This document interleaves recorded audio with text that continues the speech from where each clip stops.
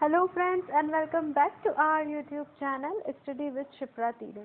तो फ्रेंड्स आज जो टॉपिक हम लोग पढ़ने वाले हैं उसमें हम लोग सेल स्ट्रक्चर यानी कोशिका की संरचना के बारे में डिस्कस करेंगे फ्रेंड्स। तो आप लोग वीडियो को एंड तक देखिएगा ताकि आपको इस टॉपिक के बारे में सारी इन्फॉर्मेशन मिल सके। और फ्रेंड्स यदि आपने हमारा लास्ट वीडियो लेक्चर नहीं देखा है फ्रेंड्स तो आप पहले उस वीडियो लेक्चर को भी देख लीजिए, क्योंकि फ्रेंड्स उसमें सेल का पूरा बेसिक इंट्रोडक्शन है, ठीक है, और उसकी लिंक आपको डिस्क्रिप्शन बॉक्स में अवेलेबल करवा दी जाएंगी। तो चलिए स्टार्ट करते हैं। ओके, तो फ्रेंड्स हमारा फर्स्ट क्वेश्चन है, निम्नलिखित में से जंतु कोशिका यानी एनिमल सेल में क्या नहीं पाया जाता है।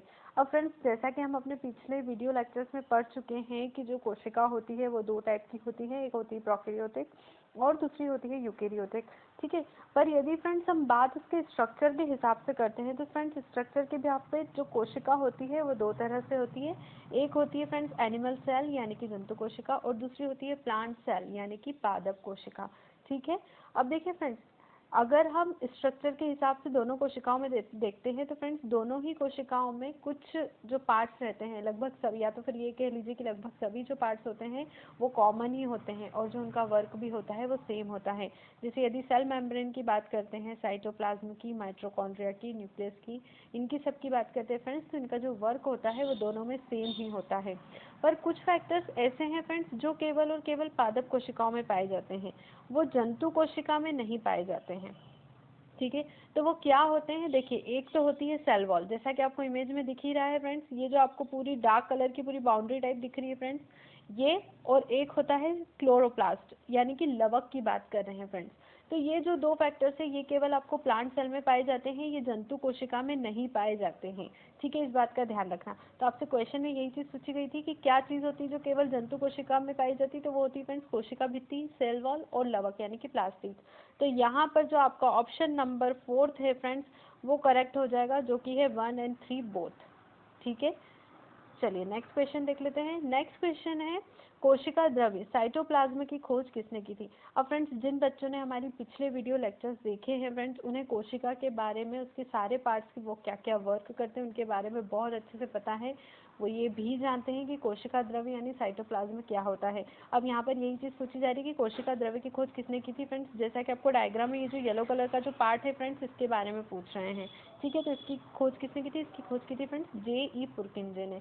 जैसा कि आपको इमेज में दिख रहा है फ्रेंड्स, ये जो इमेज आपको दिख रही है ये उन्हीं वैज्ञानिक की इमेज है जिन्होंने कोशिका द्रव्य की खोज की थी। तो यहाँ पर आपका जो ऑप्शन नंबर फर्स्ट है वो क्या हो जाएगा फ्रेंड्स, करेक्ट हो जाएगा। चलिए नेक्स्ट क्वेश्चन देख लेते हैं। नेक्स्ट क्वेश्चन है, कोशिका केंद्रक यानी सेल न्यूक्लियस की खोज किसने की थी। अब फ्रेंड्स सेल न्यूक्लियस मतलब ये जो आपको बीच में यहाँ पर इमेज में देखिए, ये जो सेंटर में आपको जो पार्ट दिख रहा है फ्रेंड्स पिंक कलर का, इसकी बात कर रहे हैं, ठीक है, इस पिंक कलर के पार्ट की बात कर रहे हैं। तो इसकी जो खोज है वो किसने की थी, तो फ्रेंड्स इसकी खोज की थी रॉबर्ट ब्राउन ने, जैसा कि आपको इमेज में दिख रहा है फ्रेंड्स, ये उन्हीं की इमेज है। इन्होंने किसकी खोज की थी फ्रेंड्स, कोशिका केंद्रक यानी कि सेल न्यूक्लियस की, ठीक है। So here your fourth option is correct option. चलिए नेक्स्ट क्वेश्चन देख लेते हैं। नेक्स्ट क्वेश्चन है, माइटोकॉन्ड्रिया सर्वप्रथम अस्तित्व में किसके द्वारा लाया गया था। अब फ्रेंड्स जो बच्चे रेगुलरली पढ़ते हैं फ्रेंड्स उन्हें तो ये बात पता है कि जो माइटोकॉन्ड्रिया होता है वो क्या होता है, सभी को अच्छे से पता होता है जो बच्चे रेगुलर पढ़ाई करते हैं, ठीक है। तो अभी यहाँ पे आपसे पूछा जा रहा है कि माइटोकॉन्ड्रिया को सर्वप्रथम अस्तित्व में कौन लाया था, तो फ्रेंड्स वो लेकर आए थे ऑल्टमैन। ये जैसा कि आपको इमेज में दिख रहा है फ्रेंड्स, यही वो वैज्ञानिक है। इन्होंने अपनी एक बुक लिखी थी जिसका नाम था बायोप्लास्ट, और उसी बुक के अंदर इन्होंने माइटोकॉन्ड्रिया के बारे में सबसे पहले बताया था, ठीक है। तो यहाँ पर आपका कौन सा ऑप्शन हो जाएगा, ऑप्शन नंबर 3 जो है वो आपका करेक्ट ऑप्शन हो जाएगा। चलिए नेक्स्ट क्वेश्चन देख लेते हैं। Okay so friends next question है, राइबोसोम्स की खोज किसने की थी। अब फ्रेंड्स राइबोसोम्स की बात कर रहे हैं, सभी बच्चे जानते हैं, देखिए डायग्राम में ये जो आपको छोटे छोटे यहाँ पे पार्टिकल्स दिख रहे हैं फ्रेंड्स, बिल्कुल ही स्मॉल दिख रहे हैं फ्रेंड्स, वो है राइबोसोम्स। और इसकी खोज जो है वो किसने की थी, तो फ्रेंड्स इसकी खोज की थी जॉर्ज पैलेड ने, जैसा कि आपको इमेज में दिख रहा है फ्रेंड्स, वही वैज्ञानिक है जिन्होंने राइबोसोम्स की खोज की थी। तो यहाँ पर आपका करेक्ट ऑप्शन हो जाएगा option number 2 George pallid. Okay चलिए नेक्स्ट क्वेश्चन देख लेते हैं। तो नेक्स्ट क्वेश्चन है, लाइसोसोम्स की खोज किसने की थी। अब फ्रेंड्स लाइसोसोम्स क्या होते हैं, देखिए डायग्राम में ये जो आपको यहाँ पे ग्रीन कलर की जो छोटी छोटी सी बॉल्स दिख रही है फ्रेंड्स, यही है लाइसोसोम्स। तो इसकी खोज की थी फ्रेंड्स क्रिश्चियन डी डुवे ने, जैसा कि आपको इमेज में दिख रहा है फ्रेंड्स, वही वैज्ञानिक जिन्होंने लाइसोसोम्स की खोज की थी। तो आपका यहाँ पर करेक्ट ऑप्शन हो जाएगा ऑप्शन नंबर फर्स्ट। चलिए नेक्स्ट क्वेश्चन देख लेते हैं। ओके, सो नेक्स्ट क्वेश्चन है फ्रेंड्स, निम्नलिखित में से कौन सा लवक यानी कि प्लास्टिड पौधों के रंगीन भागों में पाया जाता है। अब फ्रेंड्स आंसर करने से पहले आप ये समझ लीजिए कि जो लवक होते हैं वो क्या होते हैं। तो फ्रेंड्स लवक जो होते हैं ये क्या सिर्फ और सिर्फ प्लांट सेल यानी पादप कोशिकाओं में पाए जाते हैं और इनका आकार कैसा होता है फ्रेंड्स, गोल होता है, डिस्क शेप का आकार होता है, ठीक है। और ये 3 तरह के होते हैं फ्रेंड्स, कौन कौन से, एक अवर्णी लवक होता है, एक वर्णी लवक होता है, हरित लवक। इंग्लिश में इनको क्या बोलते हैं फ्रेंड्स, इनको ल्यूकोप्लास्ट, क्रोमोप्लास्ट और क्लोरोप्लास्ट, ठीक है। अब देखिए फ्रेंड्स, अभी यहाँ पे आपसे क्वेश्चन में ये पूछा गया था कि कौन सा लवक पौधों के रंगीन भागों में पाया जाता है। तो फ्रेंड्स रंगीन भाग इन द सेंस कि जिसमें कलर पाया जाए, लाइक हम फ्लावर्स की बात कर रहे हैं क्योंकि पौधों का वही रंगीन भाग होता है जिसमें कलर पाए जाते हैं, फ्रूट्स की बात कर रहे हैं, ठीक है, पत्तियों की बात कर लीजिए जो अलग अलग कलर की पाई जाती है। तो फ्रेंड्स ऐसे भाग पौधों के जो मतलब रंगीन होते हैं उनमें ये लवक पाया जाता है। और सेकंड थिंग ये कि फ्रेंड्स ये जो लवक होते हैं ये कैसे होते हैं, लाल, पीले और नारंगी रंग के होते हैं, इसलिए इन्हें रंगीन लवक भी कहा जाता है। तो वो जो लवक है जो पौधों के रंगीन भागों में पाया जाता है वो होता है फ्रेंड्स वर्णी लवक यानी कि क्रोमोप्लास्ट। यही लवक है जो पौधों के सारे भागों को रंगीन बनाता है, ठीक है। जो फूलों का डिफरेंट डिफरेंट कलर्स आप देखते हैं जो आपको बहुत खूबसूरत लगते हैं, सभी को बहुत ज़्यादा अट्रैक्ट करते हैं, वो इसी लवक के कारण आता है फ्रेंड्स। उसका नाम क्या है, वर्णी लवक। तो यहाँ पर जो आपका सेकंड नंबर का ऑप्शन है वो हो जाएगा करेक्ट ऑप्शन, ठीक है। चलिए नेक्स्ट क्वेश्चन देख लेते हैं। Okay, so friends next question है, इनमें से किस वर्णी लवक के कारण टमाटर का रंग लाल दिखाई देता है। अब फ्रेंड्स अभी हम लोग बात करके आए कि जो वर्णी लवक होते हैं वो क्या करते हैं, पेड़ पौधों के अंदर इन्हीं के कारण जो कलर्स आते हैं वो इन्हीं के कारण आते हैं। तो फ्रेंड्स अभी आपसे यहाँ पर पूछा जा रहा है कि ऐसा कौन सा वर्णी लवक है जिनके कारण टमाटर का रंग लाल दिखाई देता है, यानी ऐसा कौन सा क्रोमोप्लास्ट है, ठीक है। अब देखिए फ्रेंड्स, जैसा कि आपको इमेज में दिख रहा है, देखिए टमाटर के बारे में ही बात करते हैं हम लोग। यहाँ पे आपको जो इमेज में दिख रहा है फ्रेंड्स, ये जो टमाटर है अभी ये इमेच्योर है, पूरी तरह से पका नहीं है। तो जब वो नहीं पकता है फ्रेंड्स, सभी जानते हैं वो ग्रीन कलर का रहता है। अब इस सिचुएशन में फ्रेंड्स उसमें कौन सा लवक पाया जाता है, तो वो पाया जाता है फ्रेंड्स क्लोरोप्लास्ट। और क्लोरोप्लास्ट में क्या पाया जाता है फ्रेंड्स, क्लोरोफिल, जिसके कारण टमाटर का रंग जो रहता है वो हरा रहता है। अब जैसे जैसे टमाटर पकता जाता है वो मैच्योर होता जाता है, पूरी तरह से परिपक्व होने के बाद फ्रेंड्स वो कैसा दिखता है, रेड कलर का। और वो रेड हो जाता है किसके कारण, वर्णी लवक के कारण यानी कि क्रोमोप्लास्ट के कारण। और क्रोमोप्लास्ट भी कौन सा क्रोमोप्लास्ट, लाइकोपीन क्रोमोप्लास्ट, ठीक है। तो जो टमाटर का लाल रंग होता है वो किस लवक के कारण आता है फ्रेंड्स, वो होता है लाइकोपीन के कारण। तो यहाँ पर जो आपका सेकंड नंबर का ऑप्शन है वो हो जाएगा करेक्ट ऑप्शन। अब बाकी के भी एक बार देख लीजिए फ्रेंड्स। देखिए जैसे कि मैंने दूसरे ऑप्शंस में लिखे हैं जेंथोफिल लवक, तो जेंथोफिल लवक जो है फ्रेंड्स वो काय में पाया जाता है, वो पाया जाता है मैंगो में। जो आम का येलो कलर का जो कलर आता है वो इसी लवक के कारण आता है, जेंथोफिल लवक के कारण। बात करें अगर कैरोटीन लवक की फ्रेंड्स, तो जो कैरोटीन लवक है ये काय में पाया जाता है, ये ऑरेंज में पाया जाता है। ऑरेंज का जो नारंगी कलर का जो रंग आता है फ्रेंड्स वो इसी लवक के कारण आता है। यदि बात हम विटामिन लवक की करें फ्रेंड्स, तो ये जो है ये पाया जाता है आपके चुकंदर के अंदर। चुकंदर का जो लाइट ब्राउन कलर आता है फ्रेंड्स वो इसी लवक के कारण आता है, किस लवक के कारण, विटामिन लवक के कारण, ठीक है। और एक चीज़ और आपको पता होनी चाहिए कि फ्रेंड्स चुकंदर जो होती है इसमें सर्वाधिक मात्रा में आयरन की मात्रा होती है, ठीक है। तो चलिए, हाँ, तो यहाँ पर इस क्वेश्चन का जो आपका राइट आंसर हो जाएगा वो कौन सा हो जाएगा फ्रेंड्स, लाइकोपीन, ठीक है, सेकंड नंबर का ऑप्शन। क्योंकि टमाटर का पूछ रहे थे आपसे, टमाटर का रंग लाल किस कारण दिखाई देता है। ओके, तो चलिए नेक्स्ट क्वेश्चन देख लेते हैं। नेक्स्ट क्वेश्चन है, निम्नलिखित में से कौन सा लवक पेड़ पौधों के जड़ी भाग और भूमिगत तने में पाया जाता है।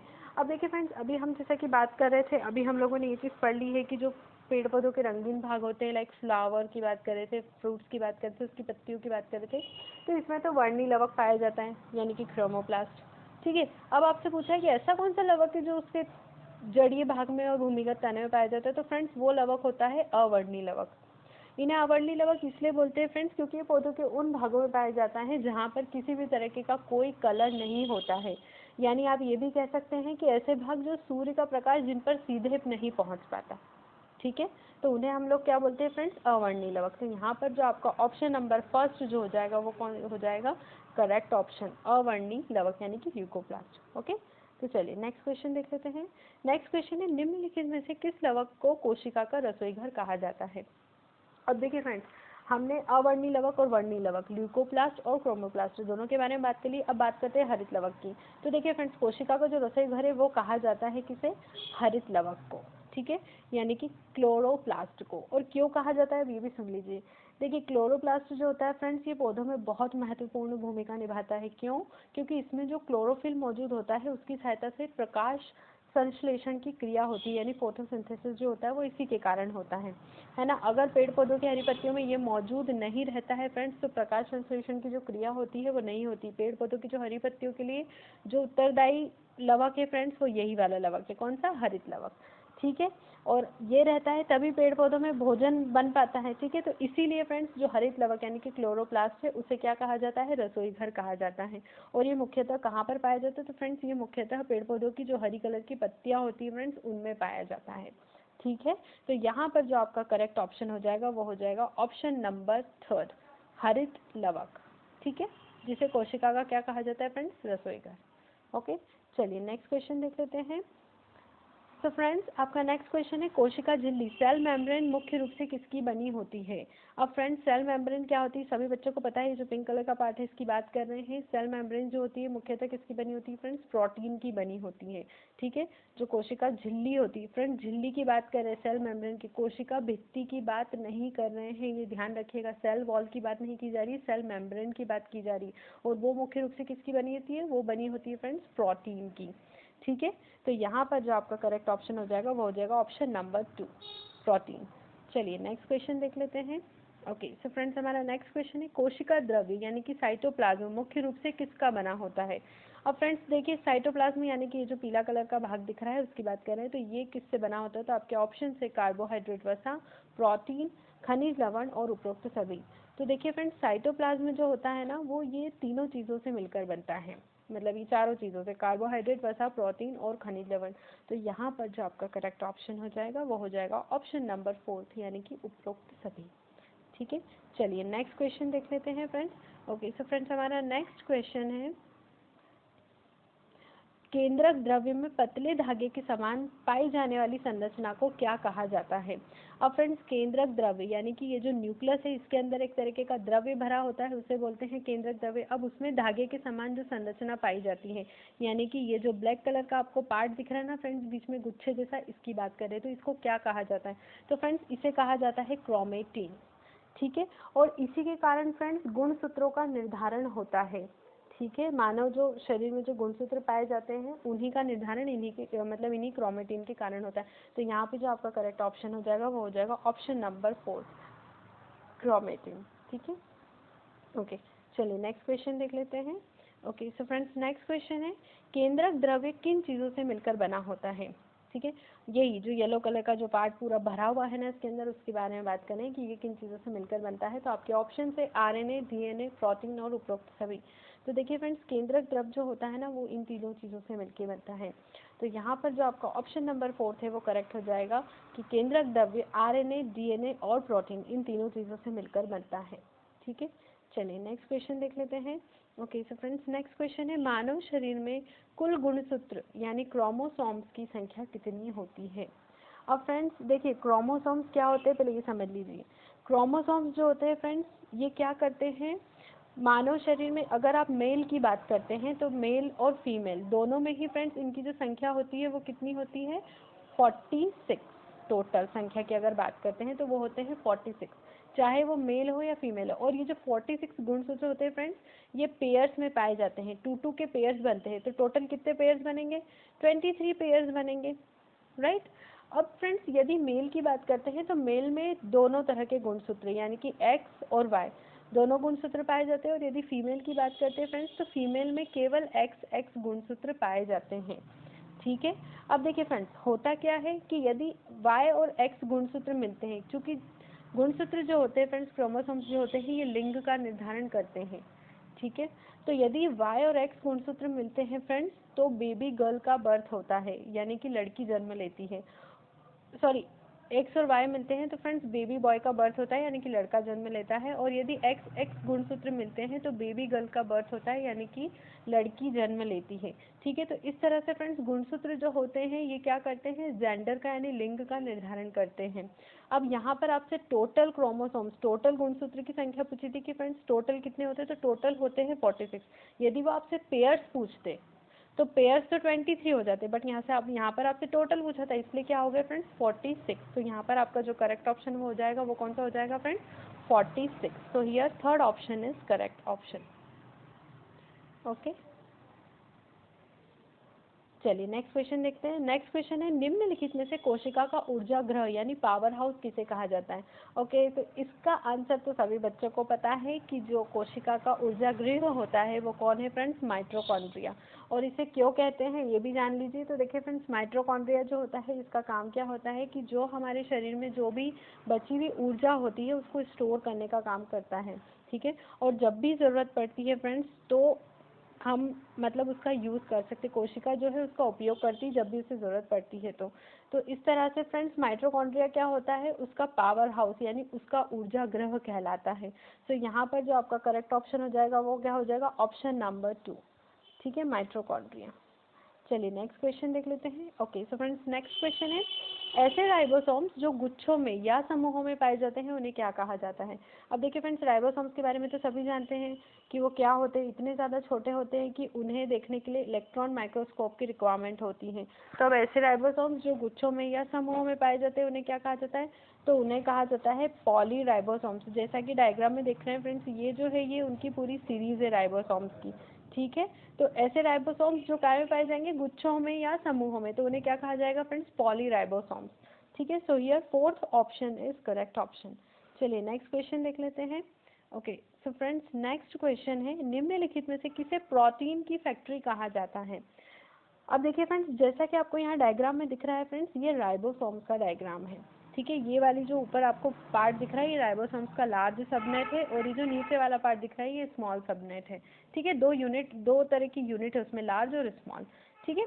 अब देखिए फ्रेंड्स, राइबोसोम्स जो होता है इन्हें ये इसका जो करेक्ट ऑप्शन है फ्रेंड्स, करेक्ट जो आंसर है वो है ऑप्शन नंबर 2, राइबोसोम्स। अब इन्हें क्यों कह रहे हैं प्रोटीन की फैक्ट्री, तो देखिए फ्रेंड्स, राइबोसोम्स जो होते हैं ये आरएनए और प्रोटीन दोनों के संश्लेषण में बहुत महत्वपूर्ण भूमिका निभाते हैं, इसीलिए राइबोसोम्स को क्या कहा जाता है फ्रेंड्स, प्रोटीन की फैक्ट्री। तो इसीलिए आपका यहाँ पर जो सेकंड नंबर का ऑप्शन है वो क्या हो जाएगा, करेक्ट ऑप्शन। चलिए नेक्स्ट क्वेश्चन देख लेते हैं। ओके फ्रेंड्स, तो हमारा नेक्स्ट क्वेश्चन है निम्नलिखित में से किसे कोशिका की आत्महत्या की थैली यानी सुसाइड बैग कहा जाता है। ओके फ्रेंड्स, क्वेश्चन देख के डरिएगा मत, ठीक है ना। हाँ, तो आपसे पूछा जा रहा है कि कोशिका के जो आत्महत्या की थैली है वो किसे कहा जाता है। तो फ्रेंड्स, कोशिका के आत्महत्या की थैली है लाइसोसोम, जैसा कि आपको डायग्राम में दिख रहा है। अब इसे बहुत सारे बच्चे रंगोली समझेंगे, है ना, पर ये मत समझना फ्रेंड्स हाँ, ये लाइसोसोम्स की इमेज है, ठीक है। इस तरह के कुछ इस तरीके का उसका स्ट्रक्चर होता है, ठीक है। इस तरीके की संरचना होती है लाइसोसोम्स की। तो यहाँ पर आपका जो करेक्ट ऑप्शन हो जाएगा वो कौन सा हो जाएगा, लाइसोसोम्स, यानी कि ऑप्शन नंबर फर्स्ट। चलिए नेक्स्ट क्वेश्चन देख लेते हैं। ओके फ्रेंड्स, तो हमारा नेक्स्ट क्वेश्चन है निम्नलिखित में से किसे चयनात्मक परत यानी कि सिलेक्टिव लेयर भी कहा जाता है। अब देखिए फ्रेंड्स, सिलेक्टिव लेयर आपके ऑप्शन है लवक यानी प्लास्टिड्स, कोशिका झिल्ली मीन्स सेल मेम्ब्रेन्स, कोशिका भित्ति मीन्स सेल वॉल्स, और फोर्थ ऑप्शन है 1 and 3 बोथ। अब देखिए फ्रेंड्स, चयनात्मक परत यानी सिलेक्टिव लेयर कहा जाता है कोशिका झिल्ली को यानी कि सेल मेम्ब्रेन को।